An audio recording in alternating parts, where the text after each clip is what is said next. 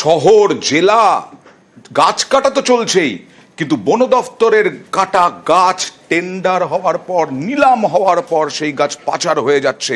ধরে ফেললেন বন সুরক্ষা কমিটির মানুষজন, এবং তারপর গাছ যে পাচার হচ্ছিল স্বীকারও করলেন ডিএফও।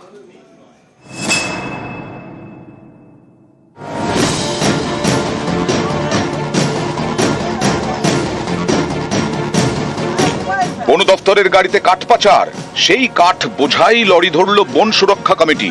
তারপর বিক্ষোভ।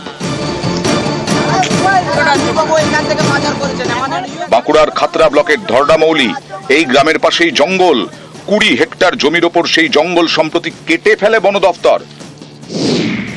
সরকারি নিয়ম অনুযায়ী জঙ্গল এলাকায় নতুন নতুন গাছ বসায় বন দফতর। গাছ রক্ষণাবেক্ষণ করে বন সুরক্ষা কমিটি। এই বন সুরক্ষা কমিটিতে থাকেন গ্রামবাসীরা। গাছ বড় হলে বন দফতর ও বন সুরক্ষা কমিটির উপস্থিতিতে গাছ কাটা হয়। কাটা গাছ পাঠিয়ে দেওয়া হয় বন দফতরের কাঠ ডিপোয়ে। এরপর কাঠের নিলাম হয়। নিলাম থেকে যা লাভ তার 40% পায় বন সুরক্ষা কমিটি।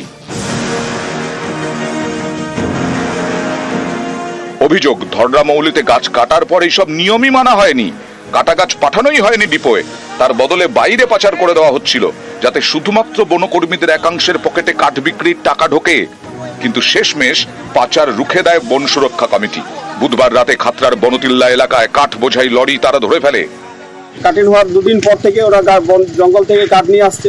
আমরা কয়েকদিন ধরে ফ্লো করছি, গাড়িটা সন্ধ্যে রাতে লোড হচ্ছে আর আসছে। এইভাবে আমরা কয়েকদিন ধরে ফ্লো করছি যে কাঠগুলো কোথায় যাচ্ছে, ডিপুতে যাচ্ছে না বাইরে যাচ্ছে। ফ্লো করেছি, এনারা আসছেন বলে দেখি কোথায় যায় কাঠটা। সত্যি সেটা ডিপু না ঢুকে সেটা বাইরে চলে যাচ্ছে কাঠটা। গ্রামবাসীরা যথেষ্ট তৎপরতার সঙ্গে মোকাবিলা করেছে। সেক্ষেত্রে বন বিভাগের কর্মী বা অন্য কোনো দুষ্কৃতকারী যদি এই কাণ্ড করে থাকে, আমরা তা তদন্ত চলছে।